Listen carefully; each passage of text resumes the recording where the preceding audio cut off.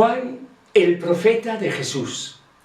Homilía para el segundo domingo de Adviento en el ciclo C sobre el Evangelio de San Lucas. Estamos en el capítulo 3, versículos 1 al 6.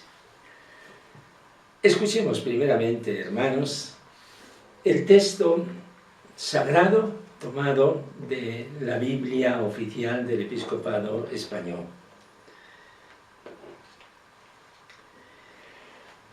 En el año 15º del imperio del emperador Tiberio, siendo Poncio Pilato gobernador de Judea, y Herodes tetrarca de Galilea, y su hermano Filipo tetrarca de Iturea y Traconítide, y Lisanias tetrarca de Abilene, bajo el sumo sacerdocio de Anás y Caifás, vino la palabra de Dios sobre Juan, hijo de Zacarías, en el desierto.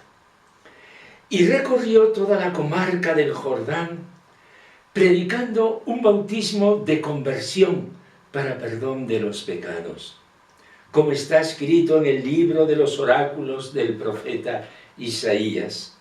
Una voz grita en el desierto: preparad el camino del Señor, allanad sus senderos.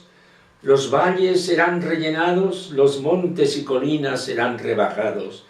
Lo torcido será enderezado, lo escabroso será camino llano.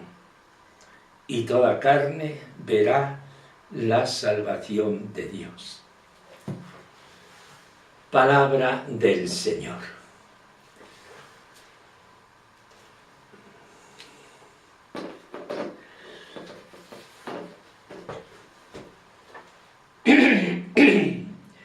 Hermanos, los domingos segundo y tercero de Adviento, todos los años, están centrados en la figura de Juan el Bautista, a quien queremos llamar por antonomasia el profeta de Jesús.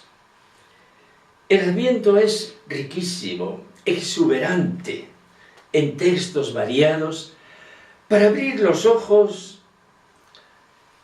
a las puertas de la esperanza, textos que dan muchas meditaciones a todos cuantos buscan al Señor.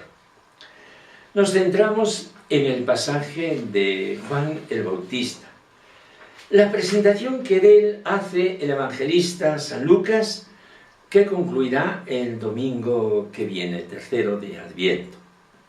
¿Quién es Juan el Bautista? El profeta de Jesús. La definición más honrosa que podemos atribuirle. Todo lo que es Juan, desde su nacimiento hasta su martirio, lo es desde Jesús y para Jesús. Juan es el precursor de Jesús, el profeta de Jesús. El mismo Jesús lo ensalzó sobre todos cuando dijo: en verdad os digo que no ha nacido de mujer uno más grande que Juan el Bautista, aunque el más pequeño en el reino de los cielos es más grande que él. La primera nota que interesa remarcar al evangelista Lucas es colocarlo bajo los dos ojos de la historia, que son la geografía y el tiempo. La geografía es el río Jordán, un pequeño río que alimenta el lago de Genesaret, donde Jesús tantas veces predicó, y que muere en el mar muerto, donde las aguas se evaporan. Junto al río Jordán, la comarca del Jordán. Esa es la geografía del Bautista. ¿Y el tiempo? Al evangelista le importa mucho encuadrar el fenómeno de Juan, que va a ser el comienzo del ministerio público de Jesús, en la cronología de la historia universal. Estamos en el año 15 del imperio de Tiberio Julio César. Este emperador entró a reinar en el año 767 de la fundación de Roma, que es el año 14 de lo que ahora llamamos la era cristiana. Murió en el año 37 de esta era cristiana, los 77 años. Es pues el emperador que corresponde a los años de la vida pública de Jesús. En el año 15 de este emperador se abre la historia pública de Juan y de Jesús. El historiador San Lucas ha tenido la clara intención de sincronizar la vida de Jesús con la historia del mundo. Y él es el que nos ha indicado qué año del Imperio Romano se hizo el censo en el cual nació Jesús. Y en qué época del Imperio entra en escena Jesús, precedido por Juan. La misión de Jesús, misión de la Encarnación, se realiza en la historia concreta de los humanos. El dato cronológico para enclavar la vida de Jesús es al mismo tiempo y sobre todo un dato de significación salvífica. Jesús viene para la historia universal. Fue entonces cuando vino la palabra de Dios sobre Juan. Esta expresión de la Biblia es muy intencionada. Es una vieja expresión que se usaba para introducir los oráculos de los profetas. Como si la palabra de Dios, con su propia entidad, fuera un mensajero que viene desde el cielo y entra en la tierra. Y así es. Si a un cristiano preguntamos ¿qué es la palabra de Dios? Seguramente que nos responderá la Biblia. La respuesta es correcta, pero es incompleta. Cuando el Papa Benedicto XVI escribía la exhortación Verbum Domini como resultado del sínodo que hubo sobre la palabra de Dios, recogiendo los frutos de aquel sínodo, nos explicó detalladamente qué es la palabra de Dios y cuáles son sus manifestaciones. Al principio ya existía la palabra, y la palabra estaba con Dios, y la palabra era Dios. Esta existencia de Jesucristo en el seno de Dios es la palabra primordial. Y de ahí arranca la palabra de Dios para que podamos hablar de ella. La palabra que existía en Dios tuvo dos soberanas manifestaciones: la creación y la historia. La creación es palabra de Dios y la historia es palabra de Dios.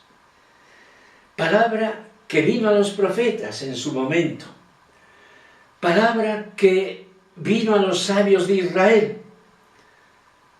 Palabra que se fue haciendo palabras escritas en la Sagrada Escritura. Palabra que se encarnó en las entrañas de Santa María Virgen. Y el Verbo se hizo carne. Porque Jesús es la palabra. Palabra que ahora llega a Juan, predicador y bautizador.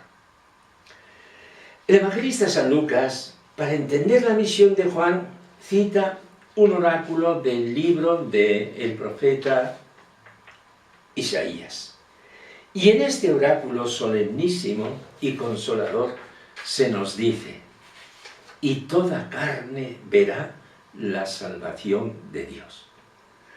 Aquel profeta antiguo que los estudiosos de la Biblia hoy le llaman el segundo Isaías, aquel profeta del fin de la cautividad de los judíos en Babilonia, tuvo una misión que nunca se había expresado tan claramente: anunciar la salvación no solo al pueblo elegido de Israel, sino a todo el mundo. Este profeta es el profeta por excelencia del universalismo. Y toda carne verá la salvación de Dios. Juan recoge el testigo para presentarse a Israel.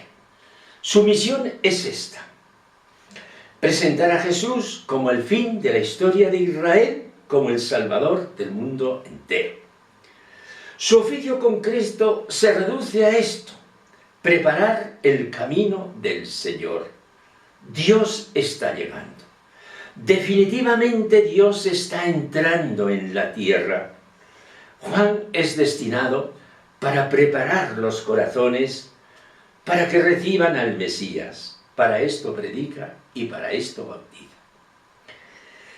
El antiguo profeta había visto como si Dios trazara una gran calzada para entrar, una gran avenida, abajando montes y alzando hondonadas.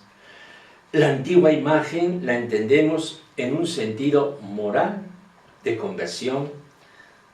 Por eso, en la liturgia de estos días, rezábamos así: abaja los montes y las colinas de nuestro orgullo, y levanta los valles de nuestros desánimos y de nuestras cobardías.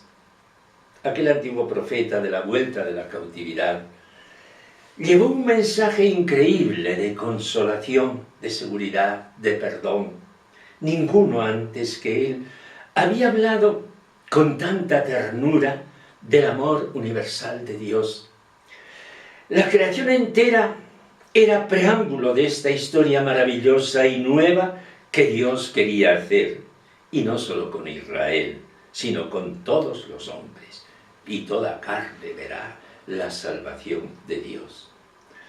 Hoy nos emocionamos cuando leemos, escuchamos estas palabras de los oráculos que encontramos en el libro de Isaías, del capítulo 40 en adelante. ¿Cuál será, por tanto, la maravilla que Dios trae a la tierra con la venida de su Hijo? La hemos oído de otro profeta en la primera lectura, de Baruch, discípulo de Jeremías.